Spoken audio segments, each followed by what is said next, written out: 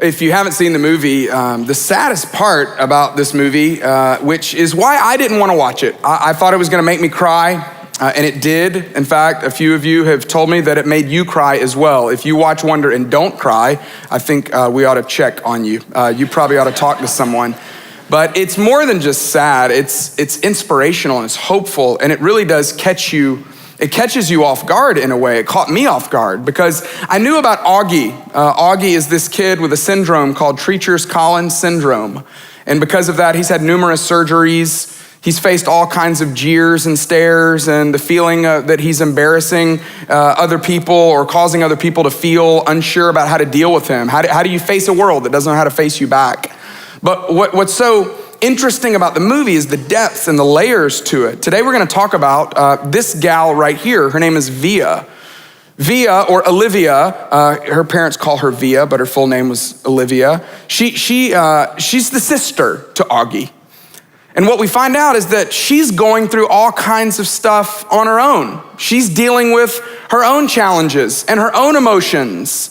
And when she comes back from school, when she comes back to school from the summer break, she's having to deal with the fact that her once best friend, Miranda, is no longer speaking to her. That she's no longer returning her text messages, that she's not sitting with her at lunch. And so today I wanna focus on an interesting subplot that happens between Via and Miranda. This is Miranda right here. I gotta be honest with you, when I watched this movie and I first found out about the way Miranda was treating Via, I did not like Miranda. So many of you watched this movie and maybe you felt the same way. It's amazing how easy it is to not like her. But the beauty of this subplot is that her story, Miranda's story, is actually told from her perspective, and it adds layers and layers and layers to the way we can understand her. And as it turns out, learning about other people's fears and wants and hurts and joys and backgrounds and pasts, it actually can make everything those people do make more sense. As the school year goes on, all of the characters grow in their maturity and their relationship with others. But as for Miranda and Via, they were best of friends, and then something has changed. All of a sudden, after school gets started back, they're not talking to each other. And their relationship is broken, and I felt anger toward Miranda. I don't know that I would have said I hated Miranda, because I try to not say I hate people, but everything I knew about her made me not like her. Everything I knew about this girl made me think, how rude of her to treat this girl like that. How rude of her to be the kind of person that is friends one year and then the next year it's like, I don't want to be friends anymore. And this is so unlike the way middle school and high school girls act to each other. That's the part that surprised me most, is I thought, why? No, we all know this is part of middle school and high school and college and being an adult really is, how do you deal with friends that all of a sudden are turning their back on you? How do you deal with friends that you no longer feel close to, or feels like they've moved on or they've chosen somebody else over you? If you've ever been through a broken relationship, whether it's a friend or whether it's even someone in your family or maybe somebody you were even married to, you know what it's like to try to feel something positive for them, to try to feel even kindness toward them or love toward them. No, see, everything I knew about her made me not like her. But as the movie moved on, what I realized is that everything I knew about her made me not like her, but I didn't know everything about her. I thought I knew her, but I realized, I don't really know everything that's going on. And the more I learned about what's going on, the more I was like, oh, okay, I get it. And it's amazing how Hollywood can do that to us. They can make us fall in love with the villains, right? Do you have a villain that you love? Is it Walter White from Breaking Bad, the high school math teacher that's all of a sudden cooking up meth? I mean, it's a horrible situation. But you find yourself almost cheering for him. You find yourself rooting for him. Some of you love Darth Vader, and I will never understand that. But you're like, well, once you realize his past, and once you know the way he was raised and what happened in his childhood and the way he grew up, then you start to actually find yourself cheering for him Or maybe it's Kylo Ren for you that you started cheering for. Some of you, this blows my mind, some of you love the Joker. I mean, the Joker is, somebody just amen to that. It's like the first time they've ever talked in church, right? Some of you love the idiosyncrasies of the Joker and the way he laughs and the way he smiles. And then I watched the Lego Batman movie and I realized that the Joker really just wanted a relationship with Batman. I didn't know that, but the whole time, that's all he wanted was a friendship, was just let's be arch rivals, let's be arch nemesis, just call me your number one rival and I'll be cool. And Batman just couldn't do it. But we find ourselves actually liking sometimes the villains in our life because we've learned more about them. And what I've learned is the opposite is actually true, that sometimes it's just easy to throw rocks at something I don't understand, right?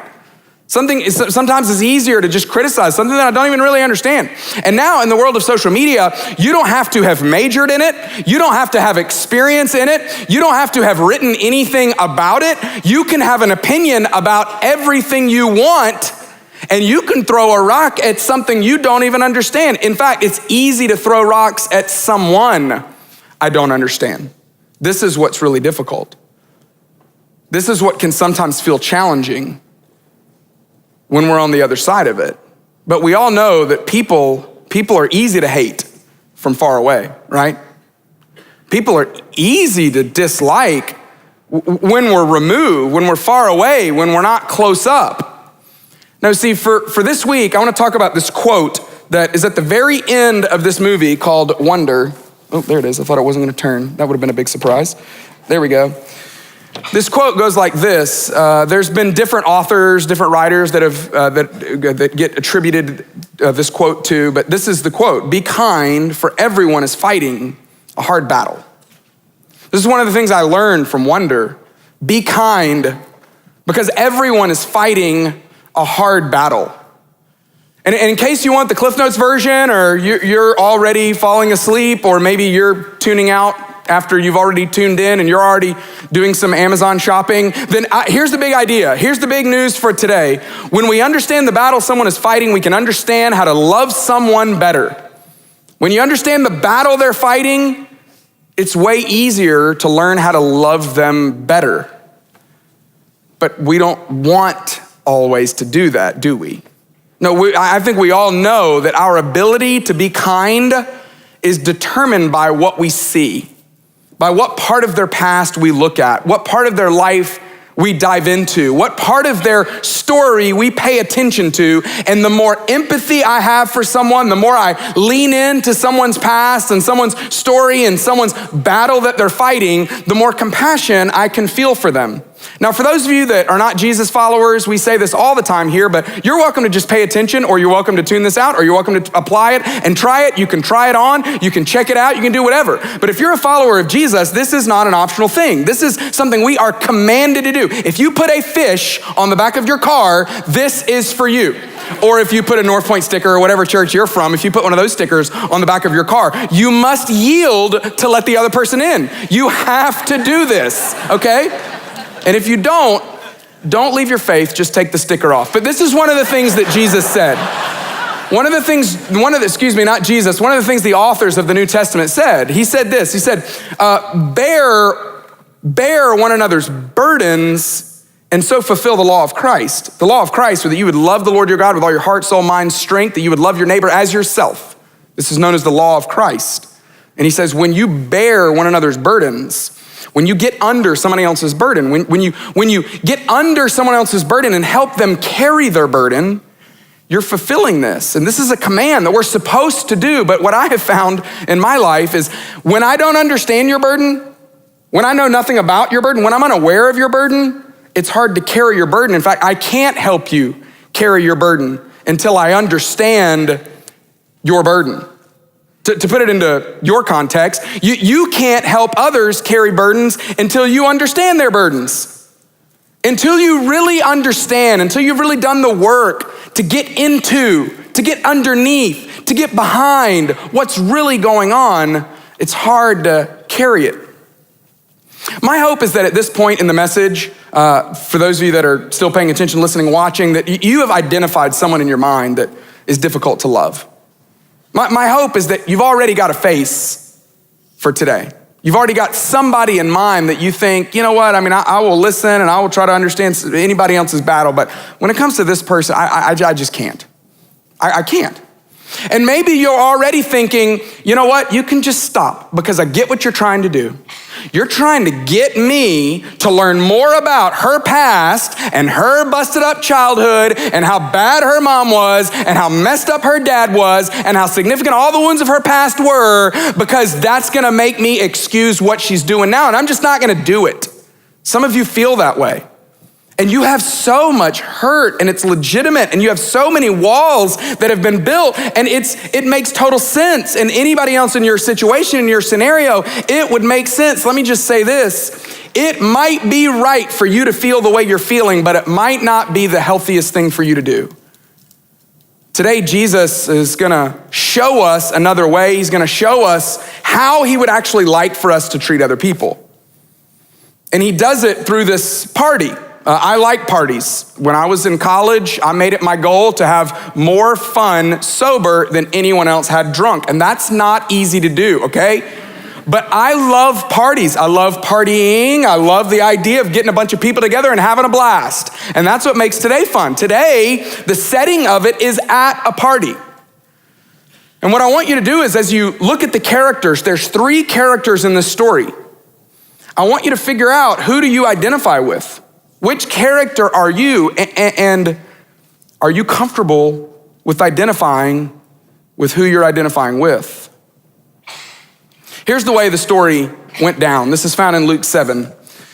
Luke, the author of Luke, he followed Jesus' life, chronicled Jesus' life, and he wrote this about this situation that happened. When one of the Pharisees, his name is Simon, we're gonna learn later on, Pharisees, teacher of the law, typically antagonistic toward Jesus. Jesus didn't have a great relationship with them, but this is really cool. Even though Jesus knew they don't really like me, I'm not sure if I can trust them, but he still leaned in. He still had a relationship with this guy. How do we know that? Well, because when one of the Pharisees invited Jesus to have dinner with him at his dinner party, he went to the Pharisee's house and he reclined at the table. In other words, Jesus was like, let's kick it. Like, you wanna kick it? Let's kick it. Like, let's go. Where are we going? Tonight. We're going over to your house, Simon? That's cool. What are you making? You doing ribeye? I'm all in. That's great. Like, we open up a bottle of Weller's? Like, what are we doing? Like, am I allowed to say that in church? I don't know. But let's go. Like, are we having a good time or not? Let's do this. That's basically what Jesus is saying. He's like, let's have a good time tonight. Let's go. Now, this is where it gets interesting. A woman in that town who lived a sinful life, she learned that Jesus was eating at the Pharisee's house, and so she came there with an alabaster jar of perfume. Now, does that offend you that we don't even know this lady's name? It does offend me a little bit. I mean, if when I meet Luke one day, I wanna be like, Luke, why not say and so Michelle in that town, she heard about the party and she dropped by. This woman has a name.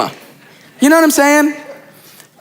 But this was so customary in this day to not treat females with dignity and respect, but it's not just the fact that she's female, it's the fact that she's sinful. Luke probably was like, I don't really wanna say her name. I don't really wanna act like I know who she was. We're pretty sure this lady was a prostitute.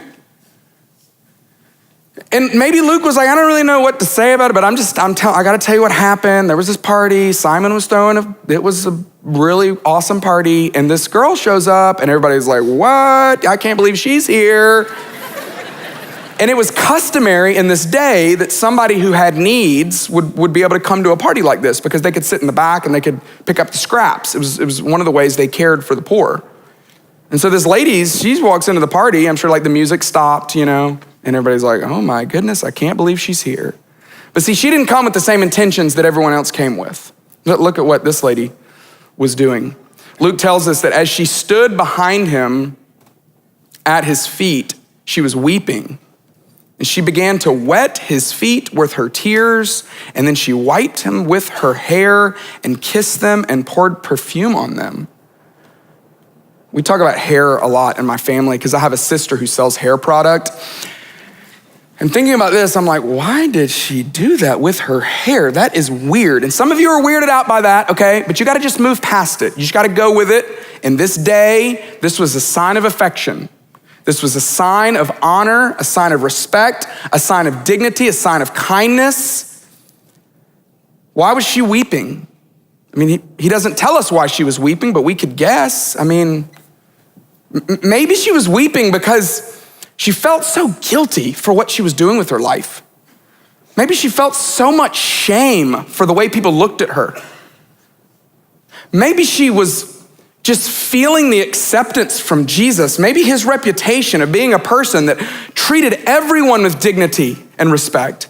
Maybe his reputation of the way he elevated women and elevated outcasts and elevated people that didn't fit social norms. Maybe she heard about that, and maybe she just felt so overwhelmed with gratitude because of the way he looked at her, because of the way he recognized her presence, because of the way he spoke about her. Maybe she just felt overwhelmed. We don't know why she's weeping, but you get the sense that she's at the edge of the table down at his feet, and she is overwhelmed with emotion.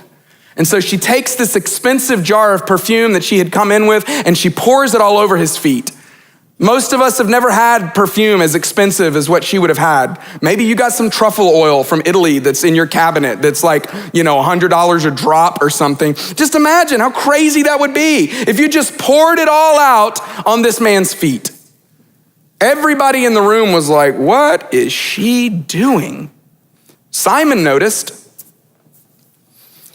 Unfortunately, Simon, it says he said this to himself.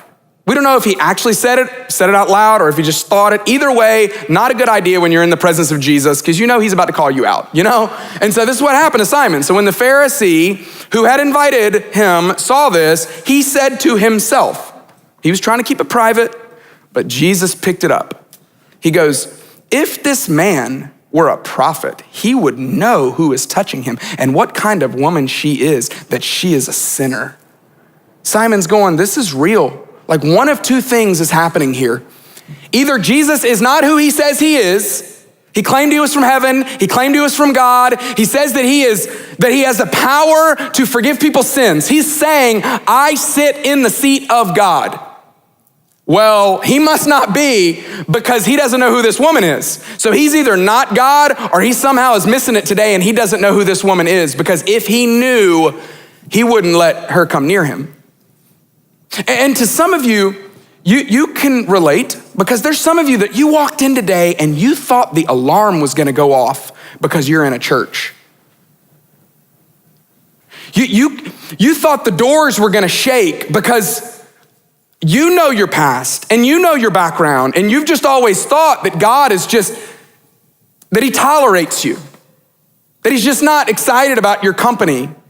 But this is the beauty of one of the things Jesus is trying to teach us. Jesus is the image of the invisible God. He's saying, I get it, God's invisible, but let me show you what he's like. And Jesus is trying to teach us that if you feel like a sinner, if you're watching online today and you felt like I couldn't even walk in a building because I feel so unworthy, here's the great news. God loves sinners. He loves sinners. He sees them and he loves them. And Jesus is trying to help Simon see what he can't see. And so Jesus says to Simon, he says, Simon, I have something to tell you. Simon was like, I oblige. Tell me, teacher, he said. Now, Jesus is actually gonna tell a story. So now this is wild, because I started with the movie Wonder, and I'm telling you a story about Jesus, and now Jesus is gonna tell a story. This is like Inception Sunday, okay? We're like in another universe right now. Like, so some of you were like, I am having trouble keeping up. Like, is this the movie Wonder? This is not. This is a story that Jesus told within a story, okay? You're smart people. You can pick up what hopefully I'm trying to put down. Track with me on this, okay? Here's what Jesus said. He said, 2 people owed money to a certain moneylender, okay? And one of them owed him 500 denarii. 1 denarii is 1 day's wage. 500 is a lot. The other one only owed him 50. You don't even have to understand denarii, okay? That's not even the point of this. What you have to understand is that there was a little debt, and then there was a debt that was 10 times the size of the little debt. Here's what the moneylender did. Neither of them had the money to pay him back, so he forgave the debts of both. Everybody in the room was like, oh, what? Now, Simon, which of them will love him more? Simon is a smart guy, and he's playing along. He's like, I get it. I see what you're doing, Jesus. And he replies, he said, well, I suppose the one who had the bigger debt forgiven. I love it. He's like, I suppose, like I'll play along with your little game and your little story here, Jesus. I get it. The one who had the bigger debt. Jesus says, you have judged correctly, Jesus said. This word judge is a big deal because Simon was pretty used to sitting in the seat of the judge. We'll talk about that a little bit later. And then something huge happens. Jesus is not done with Simon, but he does something incredibly important that you have to notice and pay attention to. He turned toward the woman. He's still talking to Simon, but he turns toward the woman and he says, Simon, do you see this woman? Why is he asking that? He already knows he saw the woman. That's what the whole story is about. That Simon was judging this woman. He gets that. But what is Jesus saying? Do you see this woman? He's going, no, this is deeper. Like there's something underneath this. I mean, I get it. You recognize her. Clearly, we all know that. We all heard you when you said to yourself, well, this guy doesn't know who she is. We know you know, okay? We know you saw her come in. We get that. But do you see her? I mean, like, do you see everything about her, her background, her story? Do you see her life? Do you see the family she grew up in? Do you see her past? Do you see her battle? Do you see the battle that she's fighting, Simon? That's so important because how you see people will determine how you treat people. How you see people will determine the way you deal with them. Dude, you ever have days where people are just in your way while you're on the road driving? When my wife and I are first dating, she gets some, after a couple months, if she feels more comfortable, she's like, you drive fast. And I'm like, I don't drive fast. I drive with a purpose, okay? I got places to go. You know what I'm saying? Because I feel like I'm going somewhere. And other people, I'm always curious. I'm like, you don't seem like you're going anywhere. Like, what's going on, Because let's get to where we're going. Like, that's the point of this, right? And sometimes, this is at my worst. Sometimes when I'm on the road, sometimes when I'm at work, sometimes this happens at work. You ever get so cranked at work, you're like, I'm about to go accomplish something today. Like, I'm gonna do something. Like, I'm gonna get something done. Like, we're gonna make something happen. And then you start interacting with people and you realize, like, these people are in my way. They won't get out of my way. Like, I'm trying to move and they're in my way. Do you ever have that feeling? This is not good, okay? This is like my opportunity to confess. I don't like this about myself. I'm just saying, can you relate? Will you please quit judging me and just act like you relate, okay? Yeah, we all do that. We all know what that's like, and it's terrible. But when you see people as in your way or as less valuable than you, it's only natural that it would affect the way you treat them. So Jesus, again, he's not done with Simon. He's about to flip this on Simon. He's like, Simon, listen, what this woman did was amazing. He says to Simon, Simon, I came into your house and you didn't give me any water for my feet, but she wet my feet with her tears and she wiped them with her. That's the rap translation, She wiped them with her hair. He says, you did not give me a kiss, but this woman from the time I entered the room has not stopped kissing my feet. You did not put oil on my head, but she poured perfume on my feet. All of this was a sign of respect and a sign of love and a sign of gratitude. Simon wasn't doing any of this. See, this is the brilliance of this scenario, is that Jesus is comparing two people, Simon and the woman. Jesus is saying, hey, both of you are approaching life in a different way. As I started thinking about this story, I started realizing this reminds me of another story Jesus told.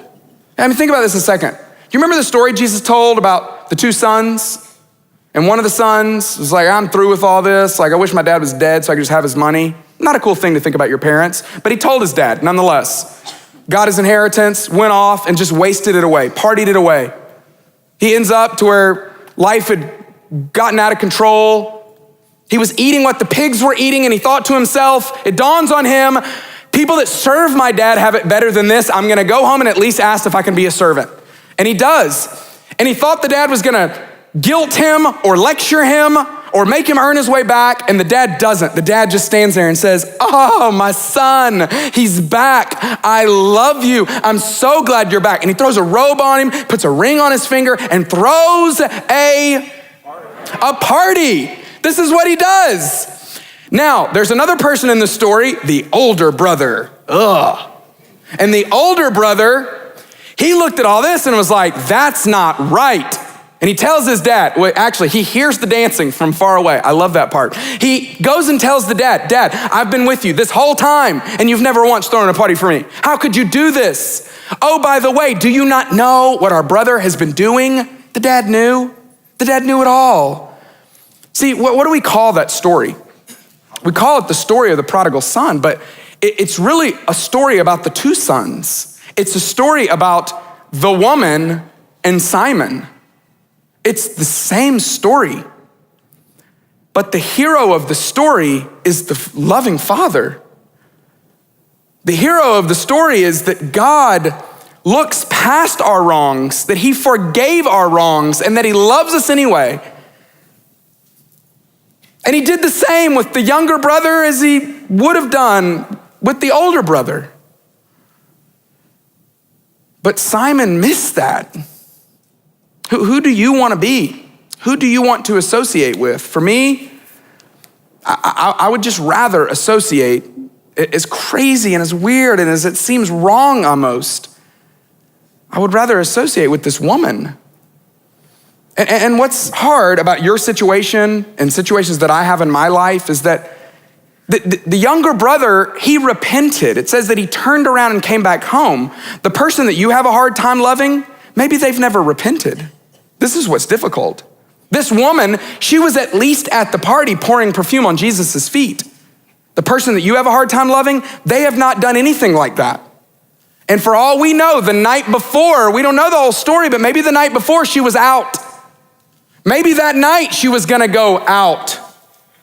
How did Simon view her? Maybe he wanted her to go back out that night. Isn't this disgusting? But sometimes we actually want the people that are hard to love to continue to mess up their life because it confirms our narrative about them.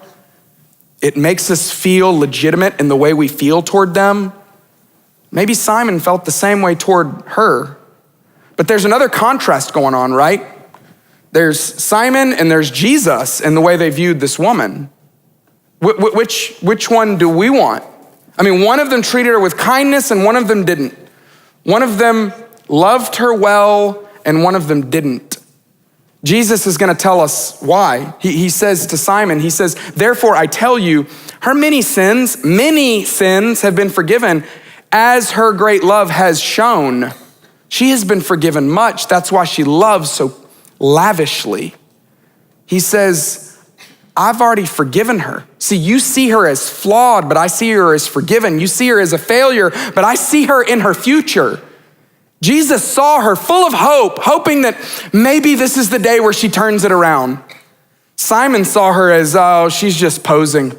She's lying. This isn't really her. Watch, follow her tonight. See what she does tonight. I guarantee you she's going back out. And Jesus is going, she might, but you're missing it, Simon. This is the way I want you to approach other people. This is the way I want you to deal with other people. And it feels so wrong. It feels irresponsible for us. But I'm just telling you, this was the way that Jesus dealt with people. There's this confirmation bias that we all live with, right? Where I give myself loads of grace, but in your case, I'm like, well, you're just a messed up person. Like, this is what we all do, right? You're like, well, I was late because traffic was bad. You were late, you need to be fired. You know, that's the way we live. And it's our way of trying to be the judge. But Jesus says, you're not. I'm the one who has forgiven her. And he says, whoever has been forgiven little loves little. If you've been forgiven much, you will love a lot. In other words, realize how much you've been forgiven. If you've been forgiven little, then you're just gonna love little. Hey, so you're a smart person. You're a thoughtful, intelligent person. Let me just ask you this question. What would you say to Simon? How would you consult Simon? How would you counsel? How would you advise Simon? But before we get there, let me just tell you the way this movie wrapped up. because something happened in the relationship between Via and Miranda. In fact, something happened in the way I viewed Miranda. I saw more of the story. I saw more of her story. See, they reconciled. How did they do this? I mean, this is the way their relationship moved to, is that eventually Miranda was back in the fold. She became almost part of their family again. And here she is on Christmas Eve, it seems, taking a selfie with the family. Well, what we learned is in this beautiful little overture, this beautiful little narration where Miranda says, see, I wasn't a good friend to Via, but this is why. My dad all of a sudden is super busy with his new wife, who was his old boss. Oh. And my mom is busy not being able to get over that. And she's drinking a lot. Oh. And I got a job at a summer camp because I didn't want to have to go home. Oh.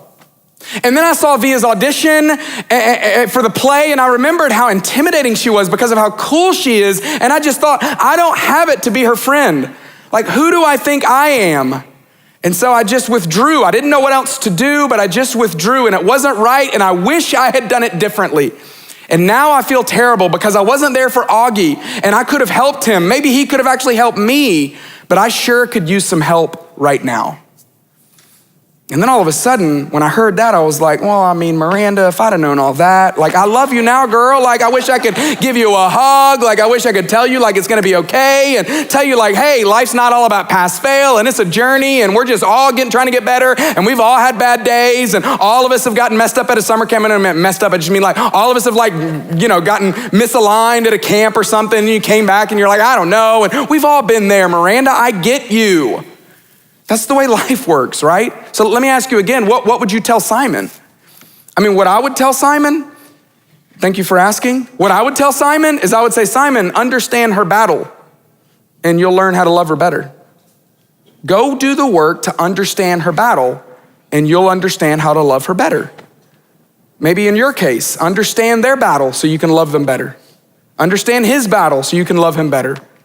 This is not easy to do. Be kind, for everyone is fighting a hard battle, but kindness begins when you begin to understand the battle. So understand more of the battle and you'll learn how to love them better. Why? Well, because we all know this, but I don't know who said this. This is one of my favorite lines. Hurt people, right? For someone who likes wordplay, this is amazing. But it's true, right? I mean, hurt people. That's the way life works. If somebody's hurting you, it's because they've been hurt somewhere else. It's probably not personal. They just don't know what else to do because they're hurt. And so in order to gain understanding, we must not only find the hurt, but we gotta feel the hurt. Go on a voyage, go on a conquest and say, I'm going to find this hurt. I'm gonna turn up the curiosity and I'm gonna find where the hurt is and I'm gonna feel the hurt so that I can understand the battle, so that I can be kind. And if all of this is too hard for you, if all of this is like, I don't know that I can do this, maybe you need to have a confrontation. We've got this intern this summer, his name's Chris, and I was talking to Chris about all this stuff, and I was like, man, what do you say to people? And he's like, oh, they need to confront themselves. I'm like, what? He's like, oh yeah, they need to confront themselves. I'm like, that is a great thought. See, I love confrontation. And so the idea, that's sad, but I kind of do. And so the idea of getting to go talk to him and have this confrontation, I'm like, yeah, let's go. But the truth is, who do I need to confront? Well, if I have a hard time wanting to understand their battle, I need to confront me. I need to have a confrontation with myself. Maybe you need to have a confrontation with yourself. Here's a couple questions to ask yourself when you sit down to confront yourself. Ask yourself this, self, what is keeping me from being kind to this person? Well, you don't really understand their battle. Okay, well, let me ask you one more question, self. What is keeping me from even wanting to know their battle? Some of you don't even want to know. You've never even let yourself want to know. In fact, you don't want to know because you know what'll happen if you know. You're going to have to be kind to them, and you don't want to have to do that. We would rather be the judge, just like Simon. We would rather sit in the seat as the judge and be able to go, that person's wrong, therefore they get put in timeout. That feels better than, well, I mean, she did have a tough upbringing and that's a hard situation. See, that's not the way a judge thinks, that's the way a doctor thinks. Doctors look at people and they still assess the situation, right? But they got to find out, how did this person get into this situation? Tell me more about your family past. Tell me more about your heritage. Tell me about your habits. Yeah, okay, well, maybe you do have some bad habits, but I'm not gonna lecture you on the habits right now, but I gotta know about them, but I'm trying to find the hurt and feel the hurt so that I can understand how to help. That's what doctors do. So over this last school year, I've been trying to teach this to my kids. Drop them off at school, try to make them quote it to me. I'm like, all right, you're about to drop you off. Y'all ready? Be kind because everybody's at war, you know? I'm like, no, not at war. Like, what is it? Be kind because it's a street fight, Dad. You know, like, no. What is it again? Be kind because everyone is fighting a hard battle. And at first, I didn't understand it because they were like, what are you talking about? Like, who's fighting who here, you know? And so I'm trying to give them examples of it. And then one day, like the clouds parted and the sun came out and there was this moment that I was like, oh my goodness, this is perfect. My son, our 7-year-old, he's telling me about this kid that's being mean to him at school. And I'm like, well, have you thought about what battle is he fighting? And he's like, no, because I hate him. Why would I do that? It's not what he said, but that's what he was thinking, you know? And I was like, I understand what you're saying, but let me just tell you, like, just think about it a second. If you could find out, like, what is his battle? And he goes, well, he did tell me one day that his parents were fighting a lot. And he told me one day that his parents were splitting up because he wasn't sure where he was gonna go home. And so, could that be his battle? And I'm like, I mean, that's a lot of people's battle, so maybe. And then he was like, you know, Dad, hurt people, you know? No, that didn't happen. Then he was like, can we stop talking about this? Did Mom pick up any Cheetos from the store? You know, like that's what was next, you know? Like it's not like we had this revolutionary life change. No, but to me, it was such an encouragement. I'm like, okay, you're getting it. You're starting to understand their battle. And when you understand their battle, you can understand and learn how to love them better. And that's what your Father in heaven has done for you. See, our ability to be kind, it's determined by what we see. And if you never open your eyes to look and get past whatever's annoying you, what's behind there, then you'll never really understand how you can love them best. I'm not saying what they're doing is right. I'm not saying the way you're feeling is wrong.